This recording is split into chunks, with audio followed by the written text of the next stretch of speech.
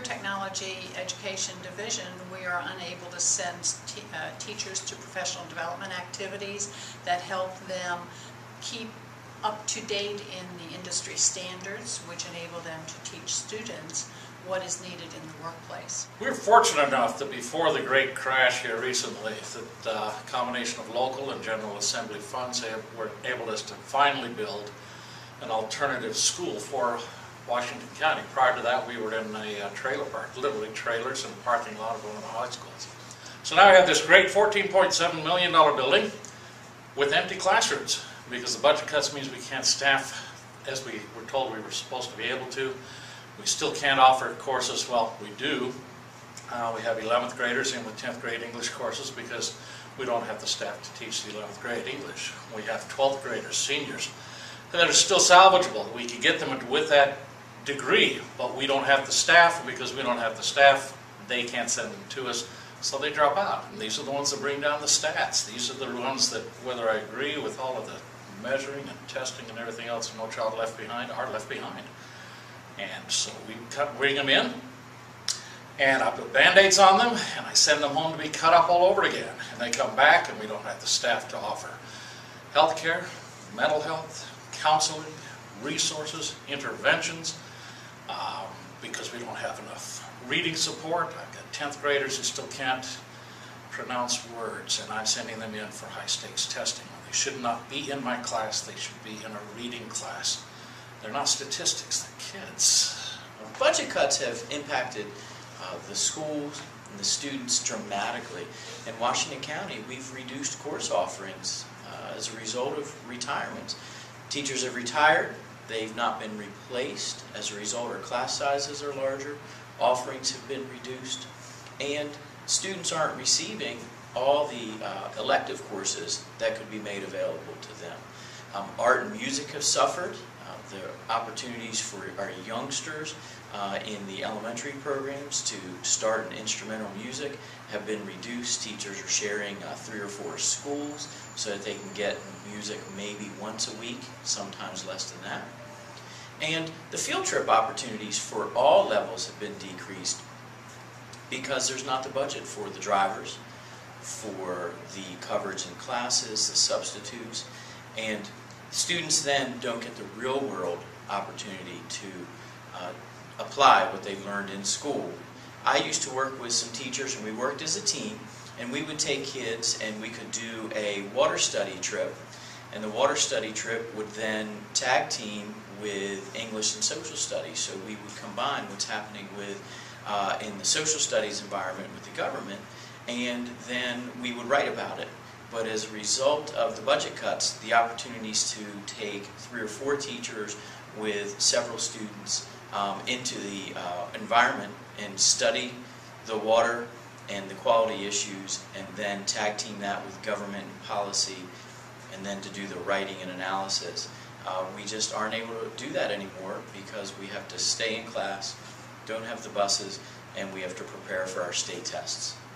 Well, this year our school population increased by 65 students, yet we are working with 5 less teachers than we had last year. So our class sizes are up to 27 in a Title I school.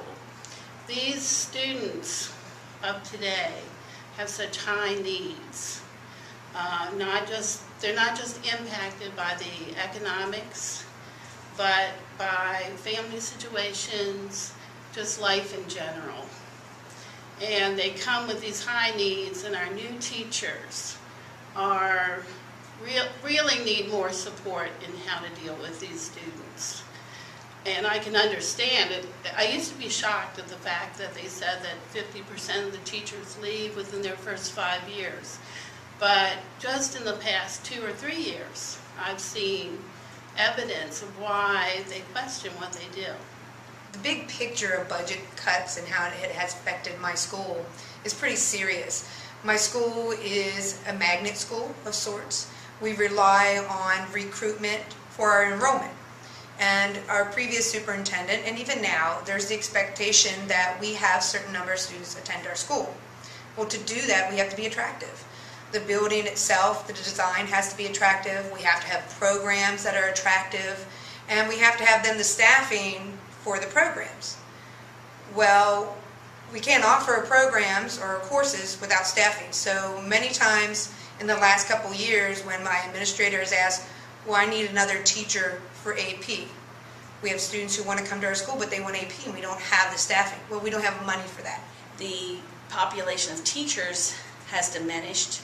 We went from really nice classroom sizes, and it was capable of making individual needs being met, but when you went from a classroom of 19 and 20 to now 26 and 27, 5 and 6 year olds who it's their first year in school, and they don't understand a line, they don't understand rules, they don't understand how to work independently. New teachers who came to kindergarten are just amazed because they're like, how am I going to do this?